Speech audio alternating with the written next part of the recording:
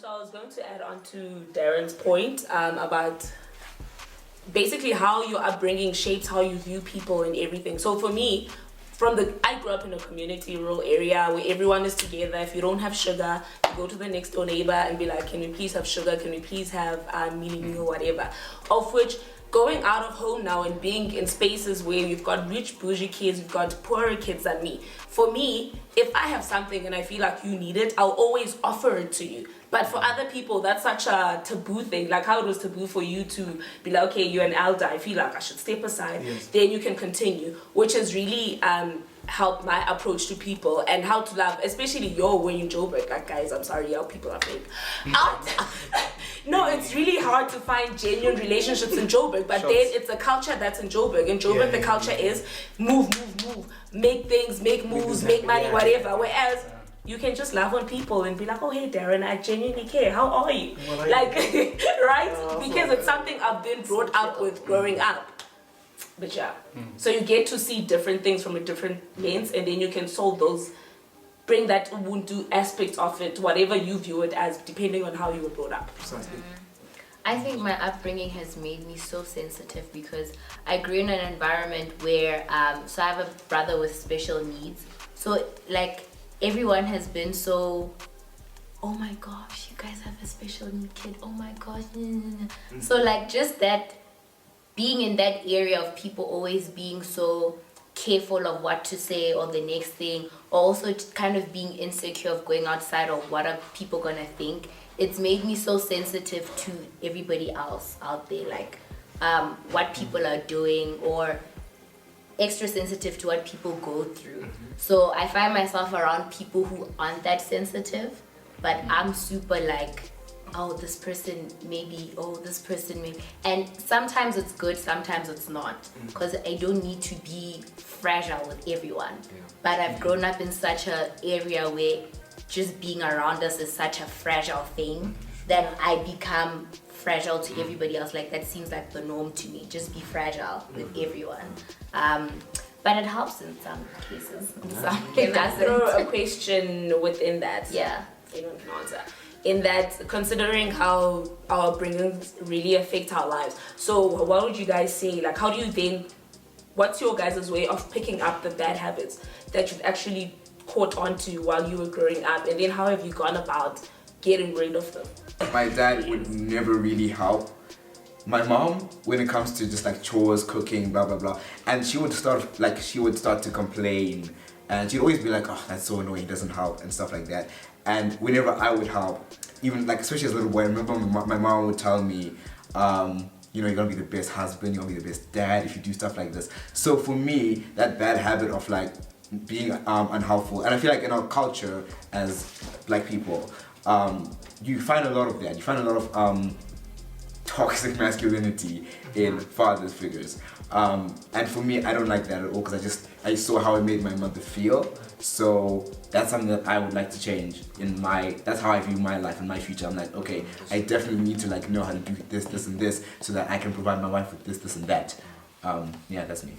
For me, I don't want to sound like we live in a toxic home.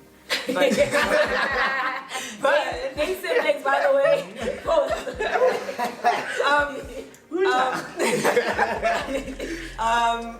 I struggle with confrontation. Like I avoid it in any means possible. Like if there's something, I would rather sweep it under the rug. Hopefully it disappears, but most times it doesn't. And I think that's because with my parents, like if my parents had like a little argument or something, they wouldn't like discuss it in front of my brother and I. They'd just suddenly be good all of a sudden. So then I didn't hear them like argue or like have fights. They would actually go in a car, go drive somewhere for ice cream, fight on the way, come back like everything is normal. And like it would be like my mom would have told me something like, this just happened, whatever, and then like I'm seeing them back okay, and I'm like, everything.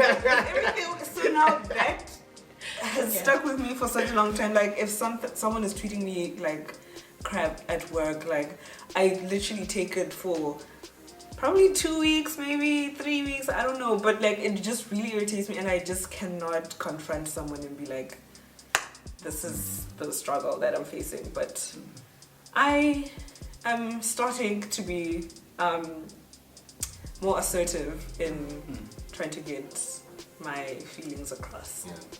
Yeah, I feel like when we grew up from in the rural areas, but our upbringing was like a little bit, I wouldn't say harsh, but I feel like the hand was stiff against us because we used to get a whooping like every single day. That's me. Yeah, like it was like breakfast, lunch, and supper. So yeah. So for us, that whole thing of being whooped, it made us cautious of things that we should do, things we shouldn't do. You want to do something like stealing or something like that, you think twice before you do that. You should have a discussion with yourself before you even do that. Really? Yeah. So I feel like at this point it really helped me because like when I grew up as a person, I felt like, okay, I'm not supposed to do this. I'm not supposed to hurt people. I'm not supposed to do things that hurt people. So yeah. Okay. So with this question, I feel like the problem is sometimes we feel impatient rather than we're actually running out of time. Because there's this misconception that people start to conform to, like, in your 20s you gotta have secured your job, and when you're 25 you may be engaged, 28 you're married, start having kids before you're 30 so that you're young enough to like chase them, blah blah blah. This means I need to have met my partner last week. People have, that's what people make these rules, you know what I mean? So for me personally, I say no. I'm 20 years old. I want to be a pilot, but I'm not going to flying school yet. So I may be like, I need to go to flying school if I'm trying to do this by then. That's the problem. I feel like sometimes we're just impatient. So my advice is trust the process, and also just make your own rules and make your own life. Don't follow how everyone says it should go. We're in our 20s, so to say we're running out of time, it's a bit dramatic. Yeah, and early 20s at that. So. Yeah, I'm 20 on the dot, so it's like, yo man, there's no need to rush. Trust the process. Yeah. I do feel like I'm running out of time from time to time. I like that. But especially through my process of you set goals of, you can finish our varsity by this age, I'll be here and doing this and that, and then certain things don't work out. Perhaps you don't pass your mod, you don't pass a year, or you repeat certain things.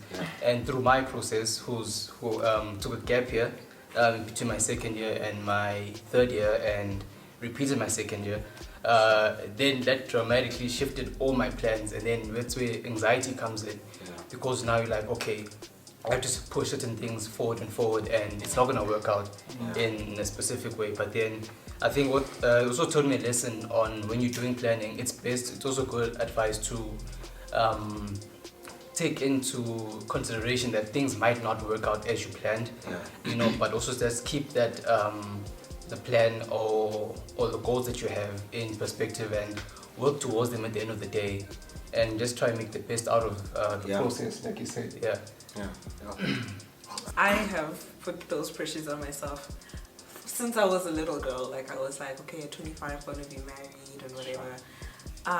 But then I also wanted to date the person I want to marry for like 3 years, then get engaged for like 2 years maybe. So that's like 5 years. And right now I am 23, so I'm obviously 2 years behind, and I'm single.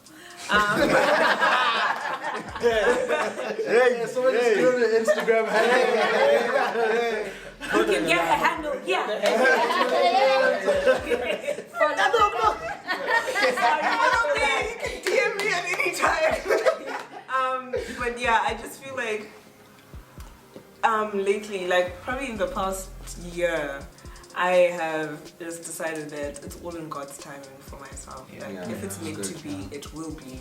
God knows what I want. He knows how I'm going to be in life. So I'm just going to trust in His timing. So that's me. So for me, I rather have a question than an answer. So anyone can answer the question. More questions. So it's more of in whose timing. So whose timing do we take into consideration? Do we take the consideration and timing of someone who's just sitting there and gets a sponsorship to go to Dubai and is out there taking videos, and you feel like, oh my God, I feel like Leo or whoever is doing so much in life and I'm falling behind? Or, like, I think that's the main issue that we have in our generation. There's too much information out there for us to consume, for you to set standards against. So now, in terms of for you, okay, for me, I will profess I'm a Christian, I believe in God, and I believe that's who guides my life. So for me personally, my focus is in his timing. So we end up wasting so much time in that I want to look at what's Darren doing, what's so-and-so doing, rather than what do I feel like I should be doing at this point in my time. In my 23-year-old life that I've lived, do I feel like I've done what I was supposed to do? Do I feel like I've run the race I was supposed to run at 23? What should I have opened a business by now based on the timing that I should be running? Because your time and my time are not the same thing. We're not called for the same thing for that matter. Exactly. So I think our focus should be shifting towards what should I be doing rather than am I running out of time? Like, do I feel like I introspect enough to know this is my passion and this is what I should run with? For the longest time, I felt like I was running out of time in the sense that I haven't reached certain goals in my age, in my 20s. But now I'm in a stage of, I know I have time because everything is in God's timing. But the question I have in myself is, are you using your time wisely? Are you doing what you're supposed to be doing? Am I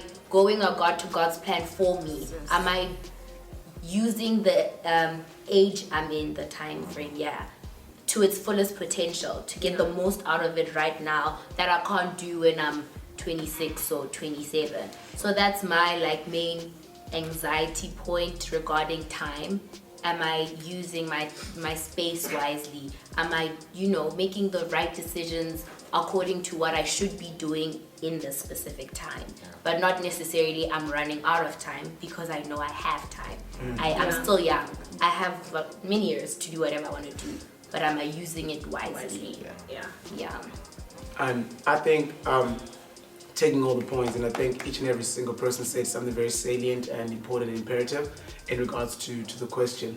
And I think one thing when it comes to it's quite for me it's quite a personal thing, because it's like what she said was very true. What do I actually do? Because once I've gotten to the point and I've reflected and I've realized, okay, I've come to the realization that I am still young. I, God willingly, I still have so many years to fulfill, what I desire in my heart. What do I actually do? Am I actually utilizing am I living my days wisely actually? And for me, this is where the spiritual part comes in. I ask God, please help me live my days wisely, because I really wouldn't like the fact that, I like what TDJ said, and he said life is like a rhythm. God works like a rhythm. It's a rhythm. If you get out of the rhythm, you have missed something that he wants to thingy, but you have to repent to go back to that rhythm. It's a rhythm. That's how things work in life. And if you get distracted or confused or something, you get out of the rhythm or you lose the rhythm. And he also said that in regards to focusing on your thing, he said that I've mastered the thing of focusing on what I need to do. That I don't even have time to be looking at what other people are doing. I'm so focused right here that I don't have time to be looking at, Nia and saying, because I'm so focused, I'm trying to figure out, or trying to, like he said, strategize and find ways to make my thing. Find your thing. You always have a thing, and he's very right when he spoke about shut out social media. And I remember Stephen Furtick said the same thing. He's like, I shut out. I went out on social media for 2 weeks, and he was like, I don't know if it was 2 weeks. I don't know. He said he went out for a long time, and he said that was the best time of his life because I wasn't stuck in the screen. I got to enjoy my environment. We take this thing lightly, but it is actually a real thing. We live on or in our phones. So I think, for you, what you just said, it's very true, and that I think our question should be, am I using my time wisely for today? Like when I woke up this morning, was my time used in this manner that it was supposed to be used in? If I'm a social media person, did I plan enough time to be on social media to learn about all that social media? Like it happens in life that you really don't know what you want to do. And it's like, then if I don't know what I want to do right now, am I spending time productively trying to find what I'd like to do in the long haul, so that I can shut out those distractions. I feel like as people in life, let's just shut out the comparing myself to so and so is living their best life, they're doing the best for their lives, like let them be, but you also need to do the best for your own life and be like, run your race. Listen, like, that's simple. Listen, just run your race. My dad always tell me, stay in your lane. Also, you're not sure how much time they're actually putting into their exactly You don't know the sacrifice. Sorry, I just want to add it in before. I think one thing that my dad told me that was very important, and that always, I remember this conversation. He was like, dude, never look at your neighbor and try to aspire what they're doing. You don't know what they're doing to get that thing. It could be legally or illegally, we don't know. But at the same time, don't live life for people, because when you go back home, you don't sleep with those people. If you have a family, if you have a wife, you sleep next to your wife and you have your children. That is your focus, that is your life. Your life is not the world. Your life is like this. And so, and somehow, as much as it sounds so simple, it's actually quite true, because we're so focused on trying to be everywhere, and then we're not focused on what is ours. Hit the notification bell so that you know. Thumbs it up, share it with a friend. We don't like this. I don't know what that is. All our Instagram handles will be in the link description. Those who have Instagram. Do the right things.